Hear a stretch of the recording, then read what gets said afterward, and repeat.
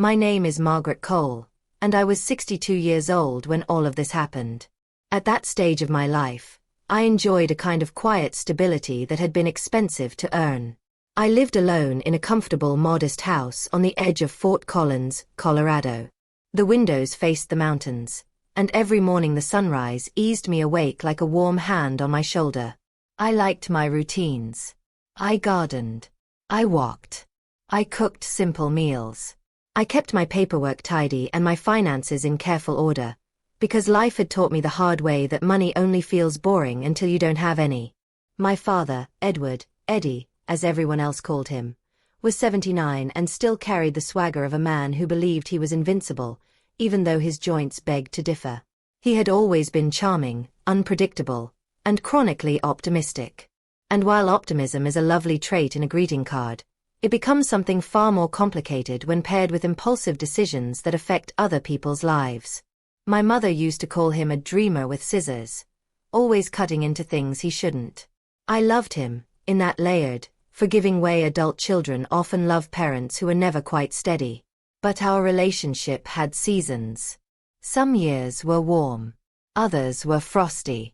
Lately, it had been mild, manageable, and mostly peaceful.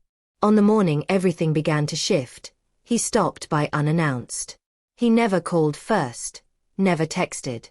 He still clung to the belief that landlines might return to popularity if everyone simply stopped using cell phones.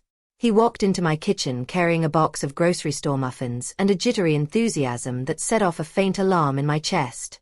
"I've got something cooking," he said. "Something big. Something that could change everything." Those words alone, spoken by him, were enough to make my stomach tighten. Over the decades, something big had meant a series of small disasters.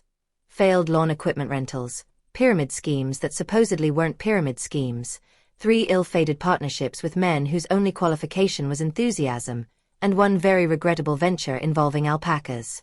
Still, I smiled, poured him coffee, and listened. That was my role after all. The careful daughter.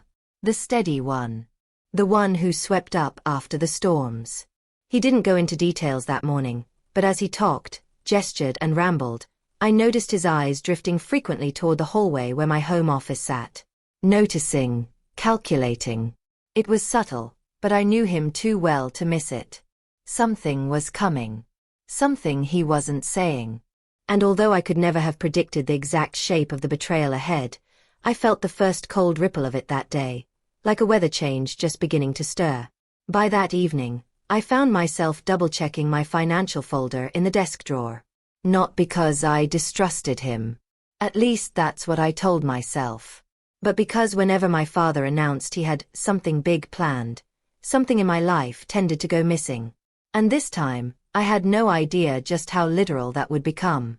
It happened 3 days later, on a Thursday afternoon, while I was pruning the late summer roses. My phone buzzed with a fraud alert from my bank. At first, I assumed it was a routine check. The message was brief. Unusual activity detected. Please contact us. I wiped my hands on my jeans and called immediately. "Ms. Cole," the representative said in a careful tone, "we're calling to confirm a transfer of $25,000 from your savings account, initiated yesterday morning." I felt the world tilt. I didn't authorize any transfer. She hesitated. The withdrawal was completed at a local branch. In person. My voice thinned. In person. By whom? The details landed like blows.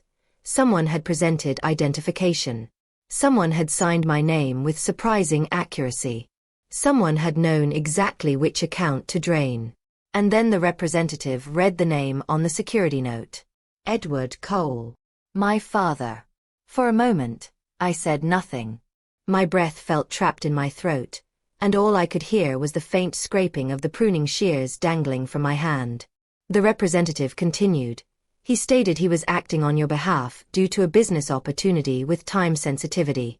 The teller confirmed his identity. There was no indication of fraud at the time. $25,000. Money I had saved patiently over years from teaching art classes, selling handmade pottery, and putting aside a little each month. Money set aside for emergencies, for someday, for safety. Gone. Just like that. I thanked the representative quietly, hung up, and sank onto the backyard bench. My pulse throbbed in my temples. I tried to imagine his face as he signed my name. Whether he justified it to himself. Whether he told himself it was borrowing. Whether he even hesitated. My father called that evening. I let it ring. Then he texted. Call me. It's good news. Good news. I finally answered on the fourth call because anger alone wasn't enough. I needed answers. He began talking immediately. Honey, don't panic. This is temporary. I needed capital fast. I couldn't reach you. You wouldn't have minded if I... Yes, I said quietly. I would have minded. He paused, surprised. In his world, enthusiasm always overruled permission. It's an investment, he said. A small restaurant. The owner's retiring. It's going to be huge. You'll get your money back and more. My voice remained eerily calm. You stole from me. Borrowed, he insisted.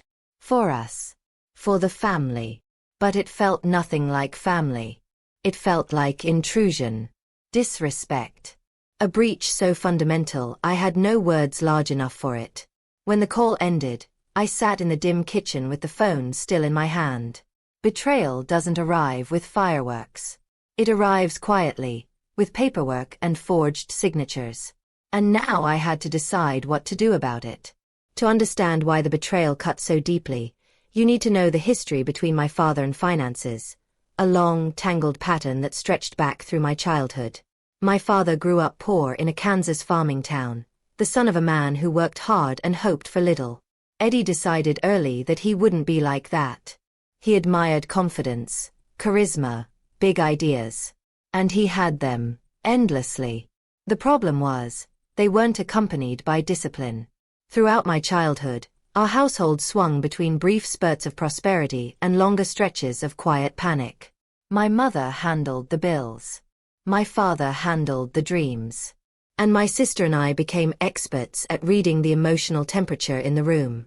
When I was 10, he invested our grocery money in a neighbor's miracle barn ventilation device. We spent a week living off canned peaches. When I was 17, he withdrew half my college fund to support a friend's plan to sell handcrafted cedar birdhouses door to door. By then, my mother had worn grooves into her patience. But here is the part that complicated everything. My father wasn't malicious. He wasn't cruel. He just believed the world owed him a stroke of luck, and he thought each new idea was the one destined to deliver it. He saw himself as a provider, even when he was taking. After my mother passed, he mellowed. For almost a decade, he stayed out of trouble. He lived modestly on his retirement and Social Security. He volunteered at the community center.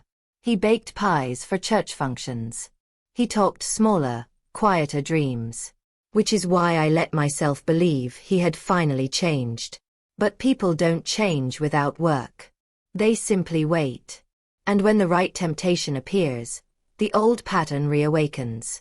What made the situation even more painful was that the money he took wasn't just dollars.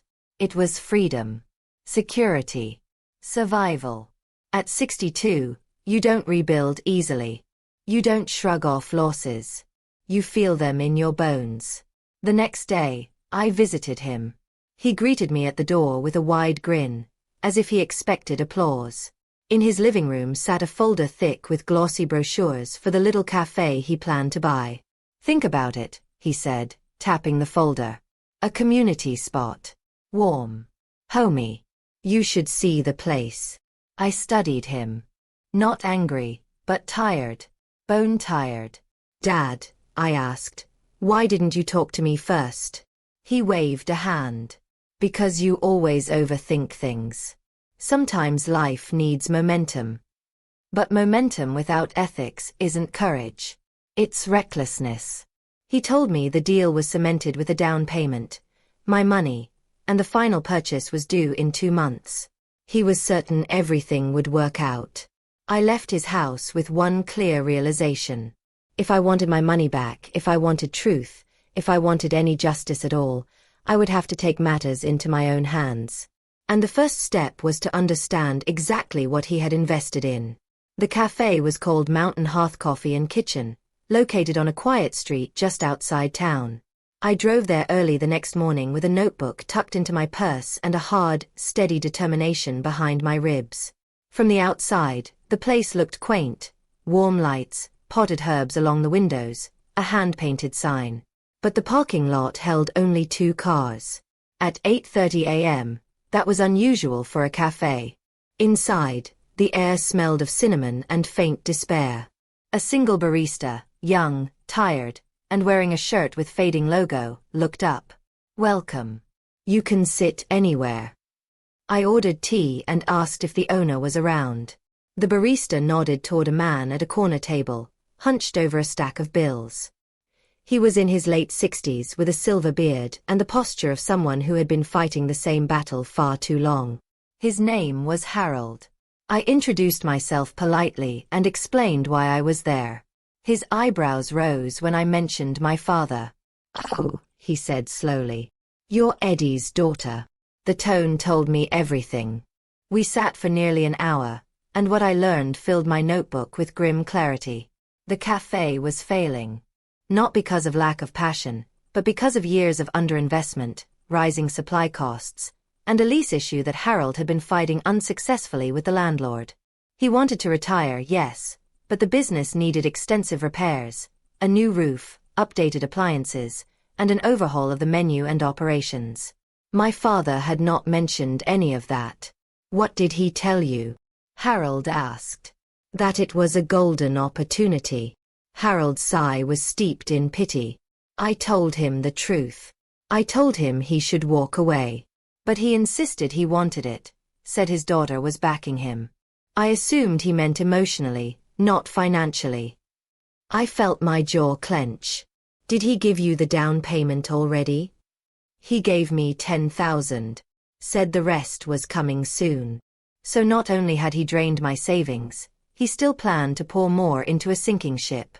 I asked to see the financials. Harold hesitated, then finally handed me a folder. Losses, month after month. Equipment in need of replacement. A pending code inspection. It was a disaster. But something else surprised me. The cafe wasn't hopeless. Under the wreckage, there was structure, charm, community potential. With proper management, transparency, and investment, it could be saved. It just couldn't be saved by a man like my father, who treated business like a slot machine. When I left, I sat in my car, staring out the windshield at the peeling paint on the building. My anger had cooled into something sharper. Resolve. If my father had dragged me into this mess, then I was going to see the truth through to the end. And perhaps, just perhaps, turn his chaos into something honest.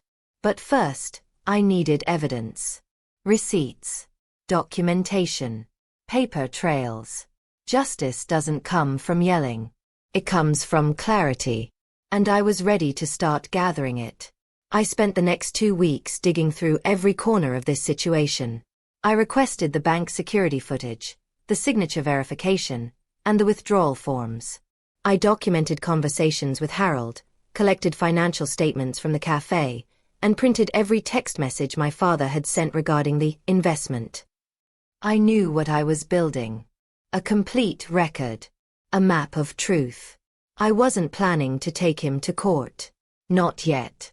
But I wanted every fact on my side for what I sensed was coming. Meanwhile, my father doubled down on his fantasy. He called daily with updates about furniture ideas, menu changes, slogans he wanted on t-shirts. He sent links to expensive espresso machines and talked about how he would revolutionize the brunch experience.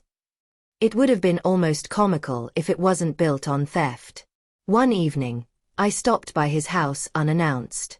I found him surrounded by printouts of restaurant decor and handwritten budget lists that had no relation to reality. "Dad," I said gently, "I need to show you some numbers." He looked annoyed but followed me into the kitchen. I laid out the documents, actual financials, the collapsing revenue, the looming code inspection. His hands trembled slightly as he flipped through them. "This can't be right," he muttered. "It is," I said. "You didn't invest in a dream. You invested in a failing business. With my money." His face hardened. "You're overreacting. All businesses have rough patches." "It's not a rough patch," I said quietly. "It's a hole." I truly tried to get him to see reason, to understand the gravity, to back out of the agreement before the final payment was due. But denial is a powerful drug. "I can fix it," he insisted. "I just need more time." Time was the one thing the cafe didn't have. The following Friday, Harold called me. The landlord had scheduled a final inspection. The cafe was likely to be shut down within weeks unless major repairs were completed. Repairs that cost far more than the business was worth. "Your father still wants to move forward," Harold said. "But I won't take any more of your money. Not like this. If he insists on buying, I'll only deal with you. You're the one who actually understands what's happening." That night, sitting at my dining table with paperwork spread like a battlefield, I realized the truth. My father wasn't capable of managing this. He wasn't capable of honesty with himself, much less a business. If the cafe was going to survive, someone else had to take control. And if I wanted justice, not revenge born of anger, but justice rooted in truth, then the path was becoming clear. My father had plunged both of us into this mess. But I was going to decide how we got out. The confrontation happened on a gray, drizzling afternoon. The kind of weather that makes the world feel heavier. I drove to my father's house with a folder under my arm and a clarity I had lacked for weeks. He opened the door wearing a hopeful smile that faded when he saw my expression. "We need to talk," I said. He nodded slowly, stepping aside. We sat at the kitchen table where my mother used to sort bills with shaking hands. I placed the folder between us. "Dad," I began, my voice calm and measured. "I know everything. The financials. The failing inspection. The lease problems.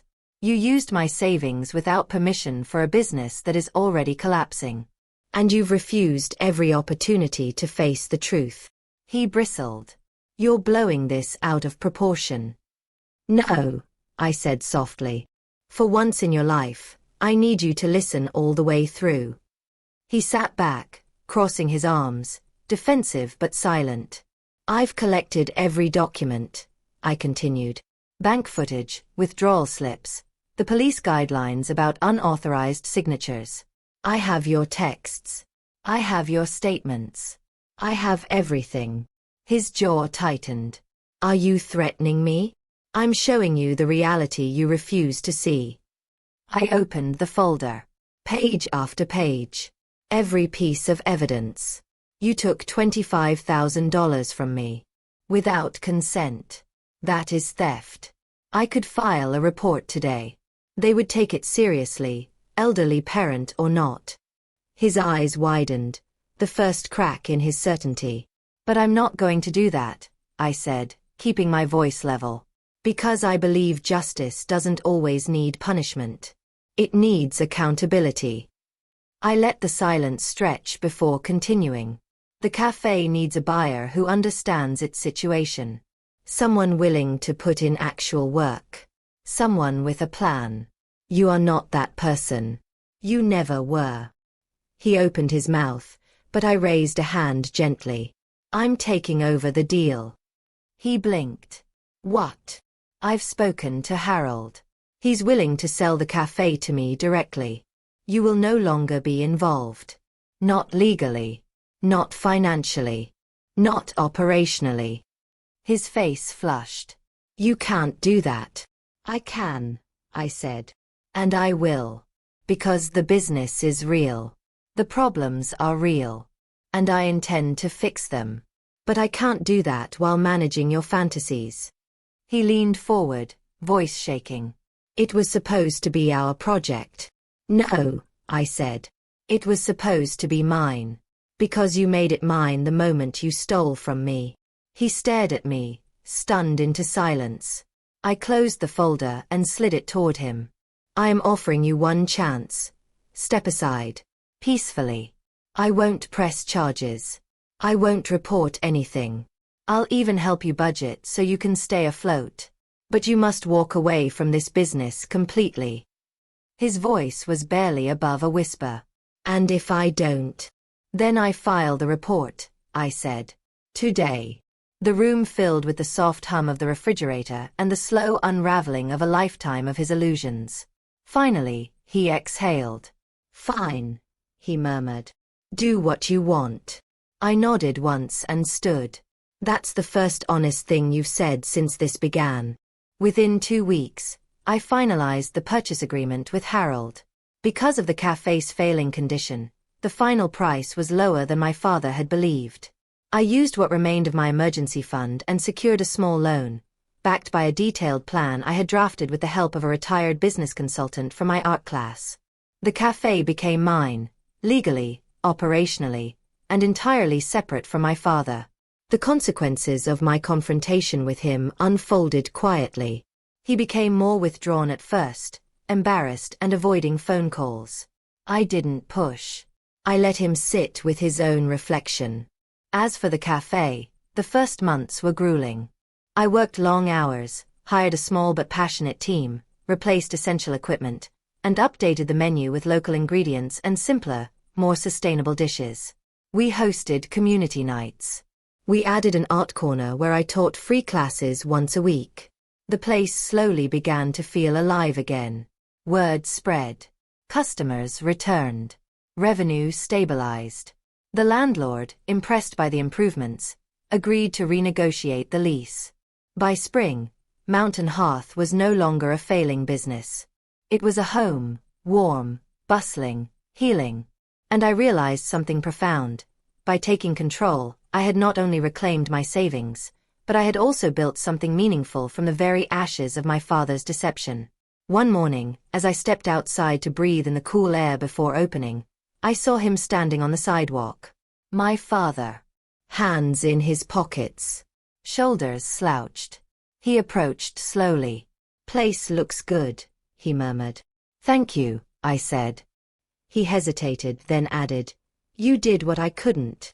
I studied him. Older than I remembered. Softer. More human. I didn't want to hurt you, he said quietly. I just wanted one more chance to prove something. You don't have to prove anything, I replied.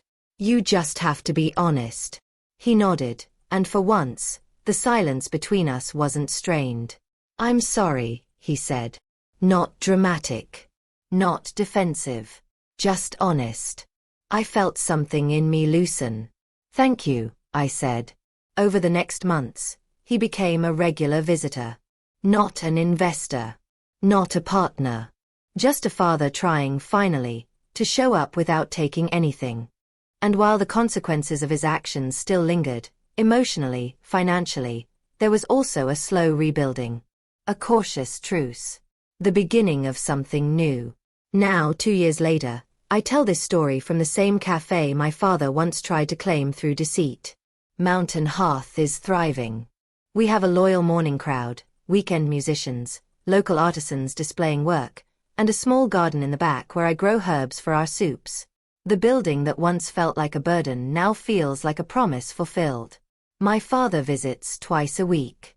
He sits near the window with his decaf coffee and chats with customers as though he's part of the atmosphere but not the owner. He never oversteps. He never makes suggestions unless asked. In his own awkward way, he's learning humility. It's late in his life, but late is still better than never. As for me, I learned something essential. Revenge doesn't have to roar. It doesn't have to destroy. Ethical revenge, the kind rooted in truth, boundaries, and growth, is often quiet. It looks like documentation instead of shouting. Calm confrontation instead of anger. Taking control instead of collapsing under someone else's chaos. My revenge wasn't punishments or courtroom battles. It was ownership. It was the decision to turn something stolen into something earned. It was choosing to build rather than break. I don't excuse what my father did. I don't forget it either. But I've let it transform me in ways betrayal rarely does. Toward strength rather than cynicism, toward clarity rather than fear. If you've listened to my story all the way to this point, let me leave you with this. When someone betrays your trust, especially someone you love, it is not your job to shatter their world. It is your job to protect your own. Stand firm. Document everything. Speak truth clearly and calmly. Hold people accountable without losing your integrity in the process.